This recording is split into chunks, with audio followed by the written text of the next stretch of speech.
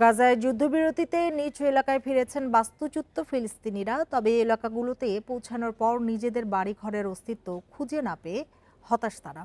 সেই সঙ্গে পরিবারের ভবিষ্যৎ নিয়েও চিন্তিত তারা। এদিকে ইসরায়েলি বাহিনী সরে যাওয়ার পর বিধ্বস্ত এলাকাগুলোতে গিয়ে স্বজনদের মরদেহ খুঁজছেন ফিলিস্তিনিরা। ইসরায়েলি বাহিনীর 2 বছর ধরে চালানো আগ্রাসনে গাজার সব শহরই পুরোপুরি বিধ্বস্ত। তাই নিজ এলাকায় ফিরলেও তাদের বাড়িঘরের কোনো অস্তিত্ব খুঁজে পাচ্ছেন না বাস্তুচ্যুত ফিলিস্তিনিরা।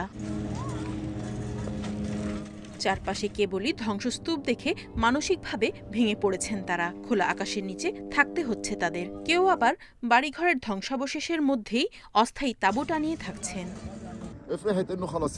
পায়ে হেঁটে বহু পথ পাড়ি দিয়ে খান ইউনিসে ফিরলাম, অথচ সেখানে আমার বাড়ির কোনো অস্তিত্বই নেই। সারা জীবন কঠোর পরিশ্রম করে জমানো অর্থ দিয়ে বাড়িটি বানিয়েছিলাম, আমি নিঃস্ব হয়ে গেলাম। এই এলাকা আর বসবাসযোগ্য নেই, সবকিছুই ধ্বংস হয়ে গেছে, কিন্তু আমাদের যাওয়ার মতো কোনো জায়গা নেই। তাই এখানেই ধ্বংসাবশেষের পাশে তাঁবু বানিয়ে থাকব। এদিকে ইসরায়েলি সেনারা গাজার এলাকাগুলো থেকে সরে যাওয়ার পর রাস্তার ওপরে এবং ধ্বংসস্তূপের নিচ থেকে ফিলিস্তিনিদের মরদেহ উদ্ধার শুরু হয়েছে। এর মধ্যে অনেক মরদেহ বিকৃত হয়ে গেছে। এরই মধ্যে ধ্বংসস্তূপ থেকে শতাধিক মরদেহ বের করে আনা হয়েছে। এলাকাগুলোতে আরও মরদেহ থাকার আশঙ্কা করা হচ্ছে। আগামী দিনগুলোতে সেগুলো পাওয়া যেতে পারে।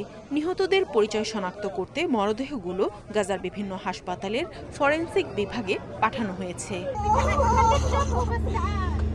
Nadia Tabassum, independent news.